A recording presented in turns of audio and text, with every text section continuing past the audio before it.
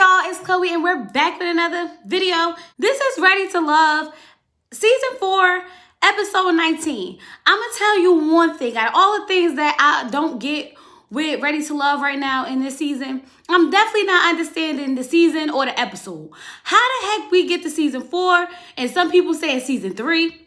How the heck we got to episode 19? Ain't this supposed to be like episode 7? How do we get to 8, 9, 10, and then 8 more episodes to get to 19? Where was those episodes that I missed? I know we had a week off, 1 week from Ready to Love, but I don't know how we got to episode 19. And I guess at this point, we just gotta rock with it, okay? I wanna tell y'all, I noticed something, y'all. So when the opening come on, the intro, I realized that those are the scenes from the masquerade ball. And you want to know how I figured it out? Because Alexis had on that dress that I really like, and it's in the opening. So next time it come on, look at what everybody got on. Even Liz got on that pink dress. I'm telling y'all, the opening was shot during the masquerade ball. I figured it out. I don't know if it was that big of a deal or not to anybody, but I just wanted to tell y'all. Anyway, let's get into this episode. So, all of the ladies meeting up in Tommy's lounge, okay?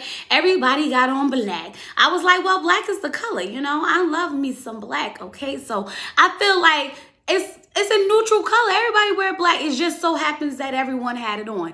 Now, I am going to say that I absolutely love Amber's blouse, okay? Because y'all know I love me a cute little see-through polka dot blouse any day, okay? But anyway, let's get into what Tommy got to say. Tommy says that they're halfway through building these connections. And I'm just like, what in the world? Like, who fast forwarding in this whole season? Like, what is going on? We done got the episode 19. We halfway through. Okay, it is what it is at this point, okay? He says the connections are getting stronger. The hugs are getting longer. And some of them hugs is turning into pat downs. I was like, ha, ha, ha, ha. So funny. The hugs is turning into pat downs. Okay, sure. Now, I don't know what connections he's seeing that we not seeing, but obviously these people is building connections. Okay, so as we all know, this week is time for, the women to send the men home. I was hoping that they would send 2 men home the same way they sent 2 women home, okay? But y'all already know how it go. Let's just keep going. Tommy says he wants to change things up a little bit, so everybody's over there like, no, not another curveball, not another curveball. And he's like, no, close your eyes and envision your number one. Okay, Vernicia's like, I'm envisioning Joelle. Amber's like, I see Chris. I'm like, dramatic, right? Okay, so Tommy says that this week, I don't want you to go on a date with your number one. Okay, I want you to see if you can build a connection with someone who's not normally your type. Amber pops her eyes open, and he's like, Amber, close your eyes. And all the ladies start laughing. I thought it was hilarious because it was kind of like one of them things like, what? You want me to go check out who? I need to build this connection with my number one. I don't got time to be playing on number 5, 6, 7, 8. Okay? But anyway, he says a lot of y'all are single because you date the same men that aren't a good match for you. I was like, ooh, the shade. But it's so real, okay? You tend to keep dating the same type of men and you keep falling into the same type of trap, which is why you're not married at this point. So it was a little shady, but it was definitely real, okay? So Alexis picks a date with Ron. And I'm like, did she not understand the point of this exercise? The point of this exercise was to date someone who's not in your top so that you might build a connection with someone who's not your normal, okay? So she picks Ron, who's definitely like her number 2, and she knows she's his number 1. So why in the world would you pick Ron? Like, that defeated the whole purpose of the date to me, honestly, okay? But anyway, when she gets there, they give a hug and Ron like picks her up, okay? And she like, now that's how you do your number one. I'm like, Alexis is just here to play a game, okay? She don't care if she builds a connection, marry somebody. She just wants to win. So her goal is to become number 1 to anybody she could become number 1 to. I figured you out, Alexis.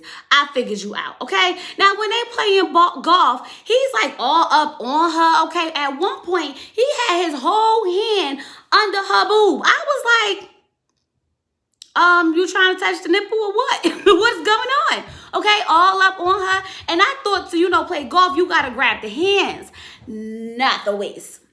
The hands, not the waist, or at least under the boobs. Okay, but anyway, fashion pause for a second. What in the world are those boots that is on Alexis' feet? Like, I felt like one of the children at that moment. I was like, what are those? Like, what was that about? Y'all, if she like it, I love it. I mean, I can't judge nobody's style. Some people might not like mine, and that's cool. But it was just not my forte. I was like, I don't really like those boots. Not even with that outfit. But let's just keep going into this date. Alexis brings up how she's a woman of God and how, you know, she will be able to fit into Ron's life. Ron's like, I live my life like a rock star, so I can't really say I'm real religious and stuff like that. And then she says that he's like a priest and a king. And I was like, how do we get that from the rock star? I'm just so confused in that whole conversation, okay? So she tells him she's interested in AJ, but, you know, he's her normal playboy. He seems like he's into playing games. And so, like, she just wants to explore her different options, okay? And she was like, I just don't know how Chris didn't know I was your number one. And I was like, why are we talking about Chrysanthemum? Why is all these women obsessed with Chrysanthemum? Chrysanthemum is over there trying to mind her business, build her connection. But every time somebody turn around, they want to know how Ron feel about Chrysanthemum. Girl, if he says you his number one, why even worry about Chrysanthemum? Aggravating. She just annoys the crap out of me. I just don't know why. Ron is like, I told everybody that she's my number one. So I don't know how couldn't anyone else, you know, how she wouldn't have heard that. I was like, she did hear that because Alexis went around the table telling everybody, bragging. Ron said, I'm his number one. Ron said, I'm his number one. The girl's a game player. I'm going to tell you that. Alexis is definitely going to make it to the end because the girl know how to play the game. But anyway, she's like, I know Chrysanthemum ain't got no kids, but like, do you want a trophy wife or do you want somebody you could build with? And I'm sitting here thinking like, well, if she ain't got no kids, then he definitely could build a whole family of his own with her. Alexis, like, cut it out. Just because somebody ain't got kids don't mean that they can't build together. Just because she pretty don't mean that she don't hold no substance. I don't know that much about Chrysanthemum, okay? But I'm just saying in general, just because someone is pretty and don't have kids don't mean that all they are is a trophy. Get it together. So then she wants to go into like, what puts me ahead? And he's like, with you, I have the ability, when I'm with you, I feel like you have the ability to take me beyond who I would be. And I was like, And what is that? Because when she first asked him the question, he was just like, you're just ahead. You're just ahead. And then he thought of what would sound good to Alexis. And she was like, yeah, that's right. I'm like, oh, Lord, here we go, okay? He says that together, him and Alexis would be a power couple, and now they wrapping this day up. He's like, I'm going to carry you out. She jumps on his back, and he gives her a piggyback ride out of the park. Y'all, I was just like, I don't like Alexis. Something about her rubs me wrong, and I've been saying that since the first episode. But let's just keep going into the next date. Amber goes on a date with AJ, and I was like, that's how you're supposed to do it, Alexis. You pick someone who's not in your top to go on a date with so that you can figure out if they have the potential to possibly be someone that you can build a connection with. Not someone who you already know is his number one, and you have him as your number two. That's not how that works. So Amber's going on this date with AJ because he gives her Playboy vibes. And she got to get a feel for him, okay? When they sit down, they start talking. He asks her who she was feeling. And she was like, I'm feeling Chris, and Ron. And he was like, oh, so I'm not even up there. And she was like, you seem real arrogant. You think just because it comes off as if you think that you're so handsome and stuff like that, that you don't have to work for a woman. So I just let you be over there doing what you're doing because I'm definitely not about to come to you. That's basically what the conversation was about, okay? So he was like, so you think I need to work a little harder? And she was like, absolutely. I mean, if you want to build a connection with someone, you should reach out to them. And I'm like, duh, that's just common sense. Obviously, obviously, Amber, he's just not that into you if he's not reaching out to you, okay? It seems like to me from that interaction, he's just like, oh, I'm just really concerned because I've seen people go from people's tops to bottoms, like we're talking about Troy and stuff like that. And I just get the vibe that AJ actually just wants to win the game too, okay? Because he's trying to figure out how he can become number one, everybody's number one, okay? Amber wants me to reach out to her all the time, so I'm gonna do that, okay? Such and such want me to do this all the time, so I'm gonna do that. It's like he wants to figure out his way to get to everybody instead of trying to build a genuine connection with someone. He wants to figure out like what he can do to win them over, even if he's not really attracted to them. That's what I got from it. But anyway, Chrysanthemum goes on a date with KJ Smooth, okay? I'm going to call Chrysanthemum Chris and KJ and Chris KJ Smooth because y'all, I can't do the two Chris's. Like, y'all be confused because I'll be confused. But anyway, she says she goes on this date with KJ because she needs a backup. Okay, because she already knows she's not she's not Ron's number one, so she needs a backup. And I'm like, this is not what we're supposed to be doing. We're not supposed to be finding backups. We're supposed to be finding people that we can build genuine connections with and put them in our top. Not just to have somebody in the back just waiting, just in case my number one don't want me, I'm going to pick number two. And then just in case number two don't want me, I'm going to pick number three. You supposed to pick your number one, let that person pick their number one, and you keep working at your number one till you become their number one. I think that's how it's supposed to go, y'all. But this season is really like not doing it for me. So I'm just going to keep going through these days. Anyway, she says that Chris is very, calm and smooth. And she thinks he might be able to cool her down, okay? Calm her down. I was like, I don't know. I hate when people try to force things that's just not there. And I know, like, you need to date outside your comfort zone, but you can just tell that the whole conversation between Chris and KJ Smooth was just not there. Like, they did have a moment when they was talking about their childhood, and, she was talking about how she just met her father. Chris talked about, KJ talked about how he, his father never really claimed him. And, they had a little moment. And then he's just like, can I read your energy about me? I feel like you're 70-30. Like, you're 70, like, Chris. And then you're like 30%, nah. And I was like, yeah, you're right. And she was like, yeah, you're right. And I'm just like, it's just not there, okay? It's just not there. The conversation did come off more friendly than romantic and intimate, okay? Chris is still stuck on Amber, of course. That's his number one. So he like, she cool or whatever, but she ain't no Amber. And that's just that on that, okay? So y'all, Amber goes on another date.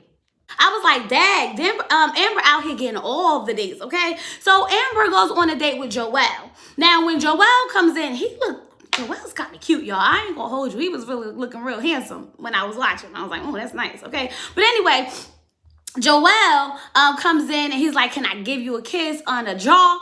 And, she's like, okay. So he gives her a kiss. And then she was like, well, maybe if this date turned out good, I'll give you a kiss. And he was like, oh, okay. Okay. And I was just sitting here like, okay. We grown?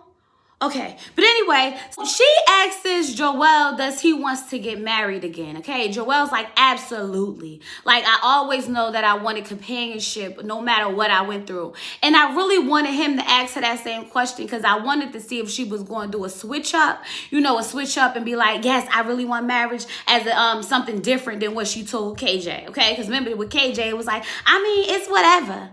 Either we do, it doesn't matter if we do or not. So I really wanted to see if she was going to say, yeah, I definitely want to get married. But we didn't get that opportunity, okay? He asks her about, how she feel about, basically being a stepmom to kids. And she was like, I love kids, but I would no way want to replace their mother. And I was like, that's a perfect answer. But I honestly feel like Amber is on the fence when it comes to, playing stepmom. It just seemed like she liked kids, but she not really interested in being anyone's stepmom. So I can really see her not trying to be with anyone who want kids. Just saying. So that might just throw him out the race altogether. And then Joelle makes a comment that Amber is very mature for her age. And I was like, She's in her 30s. She needs to be mature for her age. The girl not like 25. Like, what are you talking about? Just because you're in your 40s doesn't mean that because she's in her 30s, she's supposed to be immature.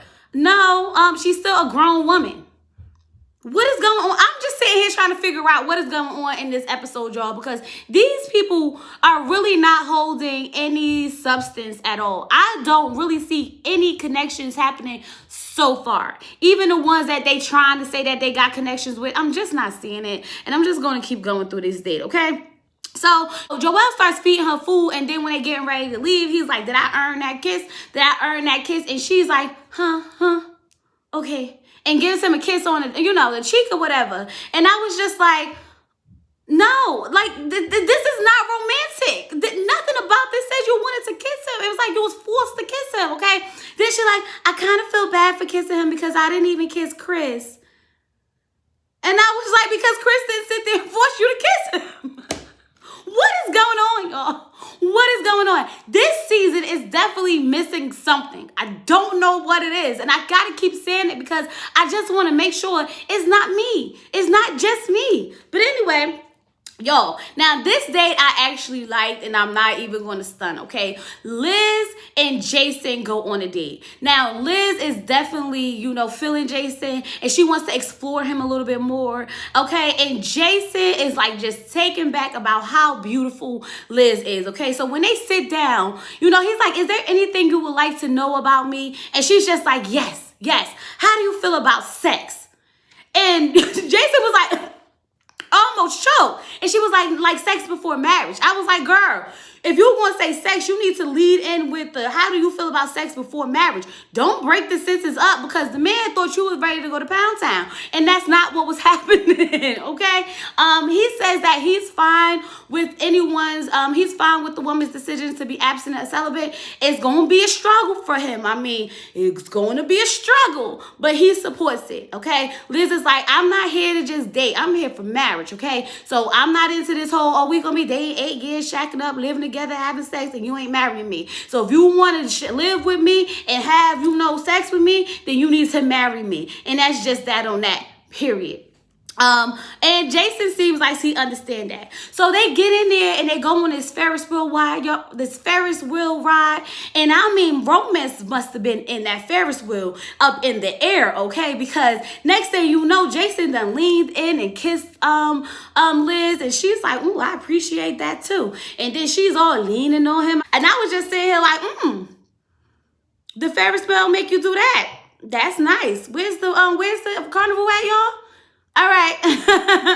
But anyway, as they get back down, or as they getting ready to pack up everything, he got to lean in there again and get another kiss. And I'm not going to lie, I actually felt like they may have a real connection. And I was smiling through the whole thing. So like for me, that's the only real connection I felt tonight. Out of all these dates that they went on, even though there wasn't their first, so we wasn't going to have too many connections. But that date, I don't know, Jason and Liz just seemed like a good thing to me. But she's still stuck on her David. And she didn't expect for her first kiss to be with Jason. So we just going to have to see how this play out. So now Kyra goes on a redemption date with AJ. Okay, now AJ pulled out all the stops because he got to make it up to Kyra from the last time, okay? So he got the flowers, he opens the door, he rented out the private room for them, okay? She getting the lobster. I was like, oh, he got to make up for real, okay? So as they're sitting down talking, she's just, explaining how, like, a part of me likes you, but then, like, I keep thinking about, like, the past or whatever. So to break the ice a little bit, they're going to play Never Have I Ever, okay? Now, she says, never have I ever cheated. And I was like, I wish people would stop asking this, never have I ever cheated, like everybody done cheated in their life at least once, okay? They like, does high school count? And he's like, yes. So she has to drink. Was you trying to just see if he cheated in the past? Which I'm sure he has. So you wanted, does high school count? Yes, girl. High school count. If you cheated, you cheated. Don't try to make exceptions to the rules, okay? But anyway, he asks, never have I ever been in love. So they both drink because, of course, they both been in love, okay? And she says to him, So if you don't mind me asking, what happened? It basically all came down to that he wasn't communicating effectively what he needed from the relationship. They just kept missing it when it came to communication, okay? Now, even in this conversation that they're having, them two are missing it when it comes to communication. I'm like, AJ, are you not understanding what she's trying to talk about, okay? Talking about meeting each other's needs and, communicating effectively and, your love language. It's like he just was overseeing the whole conversation, okay? But eventually they start opening up to each other. He explains to her his past and how he grew up and why he's such a loner and very independent, and like how it's hard for him to be codependent on someone, and she's like, well, I can be that for you. And it was really coming together towards the end, okay? And he left being in her top. So AJ did what he came to do, okay? He came to redeem himself, and he actually did that. Because now he's definitely in her top. And so he might have a chance of finding love with Kyra. So now Vernicia is going out with Dedrick. Dedrick is weird. This whole conversation with Dedrick was very weird, okay? But anyway, you could tell that he's nervous or whatever. So he asks her about what her day-to-day life looks like, okay? She's like, well, I got my kids. I go to ballet. I got a lot going on, okay? So he was like, well, do you even have time for a relationship? And she was like, you make time for what you want to make time for. So absolutely. And I was like, period. Okay? Yes. You make time for what you want to make time for. If you want a man, if you want a love life, then you're going to have to find a way to make it work. Obviously, she got time to come on all these dates with all these people on this show. So I'm sure she got time for me. But anyway, they start talking about what her expectations are. And she says, she's looking for a leader. Okay, she's looking for a man, okay? And he was like, well, everyone's definition of a man is different. So he wants the clarification of what her type of man is. And she's like, I want someone who's going to lead me, okay? Y'all, the conversation was up, okay? It just got so awkward because he just started talking about how she makes him nervous. And he don't want to eat no more, but he want to walk her to the car. Say what now? You don't want to eat no more, but you want to walk her to the car. What? Are you just ending the day? Do you want to be still in her bottom? I'm confused. Y'all was like, what is going on? This is why these people are single.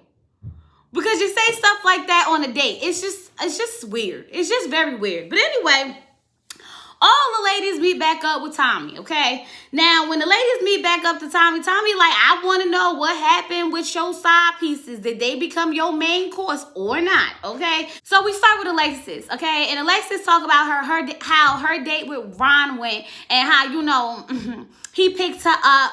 They had piggyback rides. They was real affectionate and feeling on each other because obviously y'all remember he was daggone, touching the boob, okay? And how he said that she's his number one. Chrysanthemum over there like, well, he shows me something different. I was like, well, okay, get out your feelings, sis. Get out your feelings. But she is not worried about that because all she's focusing on now is her getting to Ron's number one. And that's just that, okay? You can tell the competition is definitely about to heat up, okay? So now we get to Amber, and Amber talks about her date with Joelle and how, they kissed and he's so sweet. And Vernicia was like, I'm so hurt, they kissed. And I'm like, so you gonna leave out the fact that y'all kissed on the cheek? You gonna have them sitting there thinking that y'all was in there making out or whatever? Because that's not what happened. Vernicia, you ain't really got nothing to be worried or hurt about because he forced that kiss. They didn't really want it to happen, okay? Now, Kyra's talking about how her date with AJ was one of the best days she's ever been on. He went from her worst to her best day ever. I say, he take the cake for both, okay? Take the cake for both. He made up with the lobster in the private room and the roses and the flowers and the candles and all that good stuff, okay? But now he's in her top with Jason. Now, when she says Jason, y'all, Liz looked like, if you only knew. Okay? Because you all know Liz was having a moment with Jason, okay? They was just like kissing and kissing on kissing and kissing, okay? So Kyra over there feels the type of way, okay? She's like, well, I ain't afraid of no little competition. She gonna go get her Jason. She gonna go get her Jason, okay? And I was like, I ain't mad at you, sis. You gotta go fight for what's yours sometimes, okay? If that means you gotta get a little dirty, you gotta get a little dirty, okay? So now it all comes around to who we not feeling, okay? Dedrick is brought up a lot. Chris gets brought up, okay? So Amber decides that she gonna bring up AJ. And, you know, Kyra was like, what? And, you know, she was like, hold up, because I let you bring up Chris. I was like, oh, I see where this is going. They also bring up AJ. Okay, a lot of the ladies bring up AJ.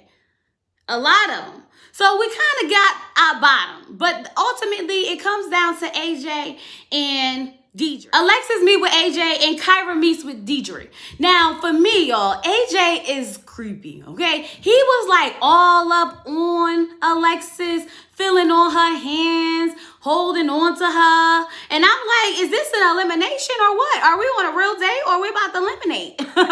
But ultimately, y'all, when they start delivering the messages to the guys, now, for me, I felt like Alexis made it all mainly about her and how he needs to step up for her. And I'm just sitting here like, no, you need to step up in general, overall. Everything was like, definitely for me. Oh, for me. For me, it feels like. And then every now and then, the ladies, okay? So Alexis is definitely playing this game for herself. And she made it seem as if she kind of like pulled for him just a little bit to stay. That's what I got from that conversation. I wasn't really feeling it. And I was like, nah, they should have sent somebody else to deliver the message because I don't think he fully understands what he needs to do. Meanwhile, Kyra's explaining to Dedrick in plain detail how he's just seemed guarded and how the women think he isn't ready for love. And I was just sitting there like, so y'all gonna keep AJ instead of Dedrick. Both of them need to go. The same way they put Tessa up there and what's that other girl named Frick from Frickin' Frack? I can't even remember her name right now. They need to do the same thing with them two. Send them both home. They both honestly ain't ready for love. This show is so awkward, yo. This season is so like, because like it's so unmatched, it's so uneven, and I don't think none of them really care about each other. I mean, I think I could see Liz making it with David and Jason, and Vernicia and Joelle, but other than that, I don't see no other couples, connections, or anything building or growing. Okay, everybody just wants to be everybody number one so they can make it down to the final 3 couples and win the show. That's all this is at this point. It's a game show, and we're not really trying to find love. That was Ready to Love, Season 4, Episode 19. I don't know what else to tell y'all or what else I can give y'all from this episode, but that's it. That's all. Don't forget to like the video, y'all. Comment down below. I'm just so confused. Comment down below. Subscribe. We'll be back next week, and hopefully it gives what it needs to give, because at this point, I'm like, not interested. Just not. Anyway, y'all. Peace.